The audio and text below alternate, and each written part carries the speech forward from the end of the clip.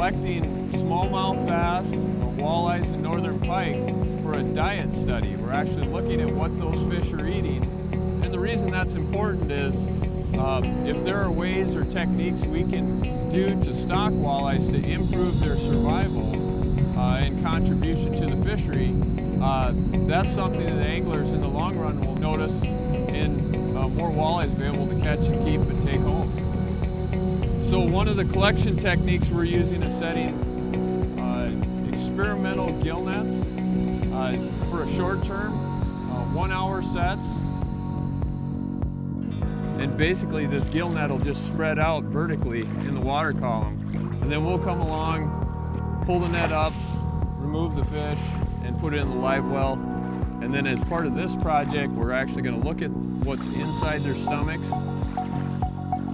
At this part, we've collected the fish by boat electrofishing. As you can see, the fish have fully recovered. They recover within seconds after electrofishing.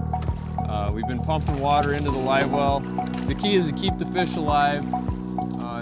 The next step is going to be pumping water using a tube into the stomach of the fish and flushing out the food item. So at this point, we'll grab the first fish to process. So the first thing they're going to do is they're going to collect the biological information, taking the length of the fish to the closest millimeter. Then they're actually going to weigh the fish to the nearest gram. We're actually putting a tag in the jaw of the fish with an individual number. That will help over time to determine a population estimate of each of those species within the bay, and it'll help us track individual fish. And at this point, this is where we're actually going to see what's inside. Basically, we're using water pumped into the stomach to basically flush the prey items out. When we know that there's something in the stomach, they'll make a sample bag, put the prey item in, and it'll be looked at back at the lab.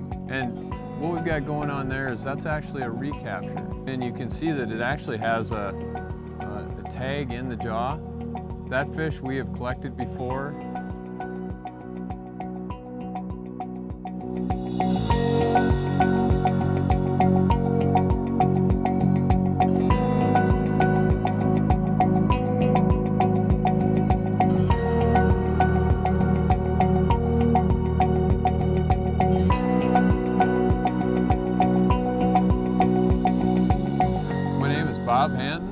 This has been the day of the life of a fisheries biologist.